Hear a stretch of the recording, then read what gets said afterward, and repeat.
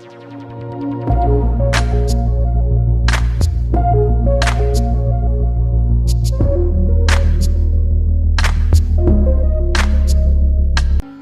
the body, or this what you call as yourself, evolves itself in many different stages.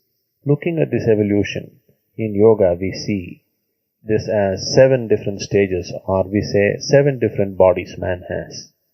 7 different bodies need not necessarily mean actually 7 different bodies. These are 7 different stages in which one grows. From 0 to 7, up to 7 years of age, only the physical body grows. This is Sthula Sharir, or the gross body.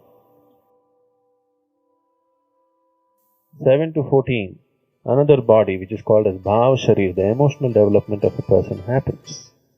From 14 to 21, next 7 years, the Manasik Sharir, or the mental body, evolves. That is when the intellect develops. When intellect develops, his interest to learn, all these things will come.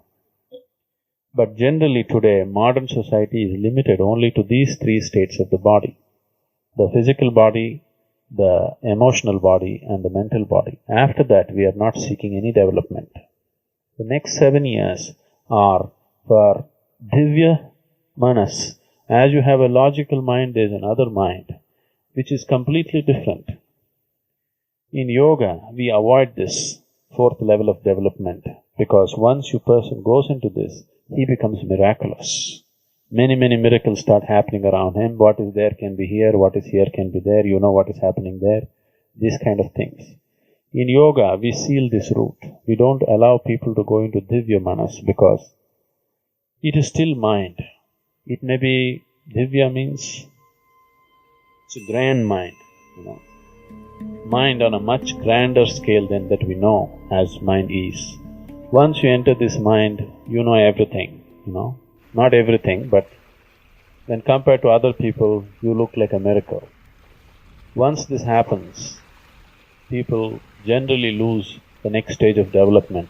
Most people will not have the maturity to just push it aside and go ahead. They will always get entangled with this. This is still a psychic state. Now you can do telepathy, you can do telekinesis, all these things. These are Divya Manas. From 21 to 28, this mind can be easily developed. This is a natural process. At that stage, it is very easy to develop that kind of ability. But people who are on the spiritual path should never seek that, because all that you will end up with is a higher level of the mind.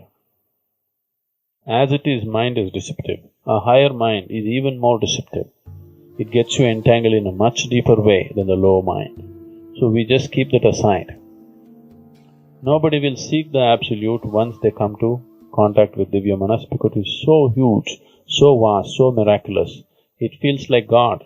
You don't need anything more. That's a kind of feeling that it creates. But it also brings immense suffering, as normally a person who goes into Divya Manas, after 47, 48 years of life, tremendous amount of suffering is brought about. On the path of yoga, we are trying to bypass a few things and go always to complete emptiness, total dissolution, because till then the job is not done. Once we approach spirituality as a science, then we are not looking for entertainment on the path.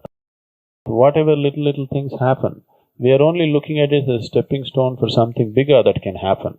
We are never looking at it as a big entertainment and getting enamored with that. It is very important.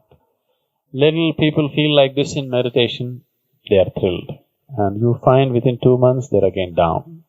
This is happening repeatedly because you get entertained. Don't get entertained with what is happening. Whatever is happening, our thing is only to reach the goal. Once a person has chosen the spiritual path, the way he sits, the way he stands, the way he eats, the way he speaks, the way he thinks and the way he lives, everything has to be spiritual. So every aspect of our life has to become yoga, every aspect of life has to become a process of growth.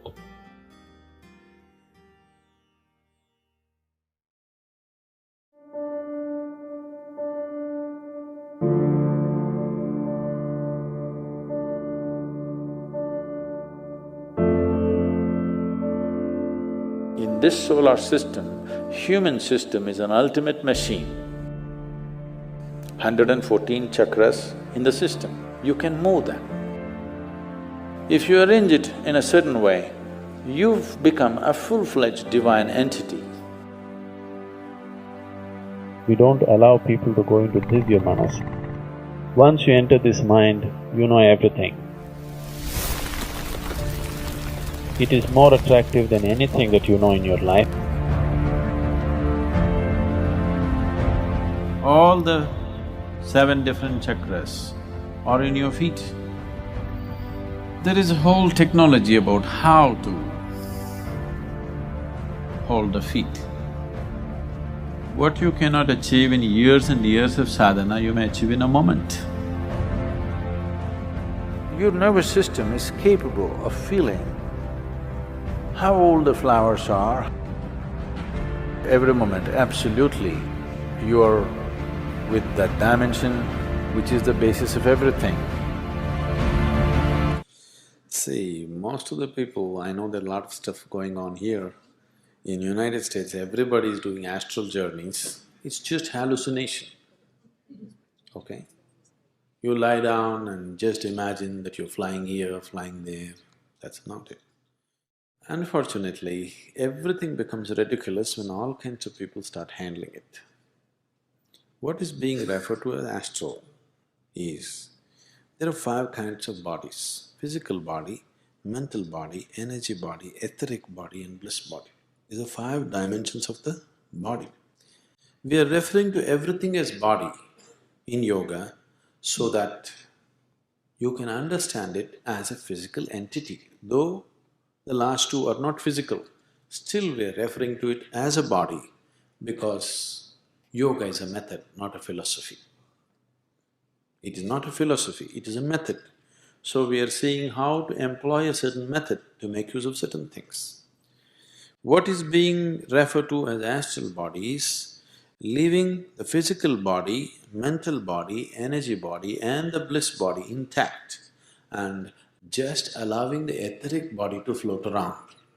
That means you can conduct your activity here because your physical body, mental body, energy body is intact. But just allowing the etheric body to go, that's a certain kind of mastery. You can't just psych yourself into it. It needs enormous sadhana for a person to do that. Compared to etheric body, pranic body is physical. It's more physical kind of presence. It's energy, but it's a physical energy.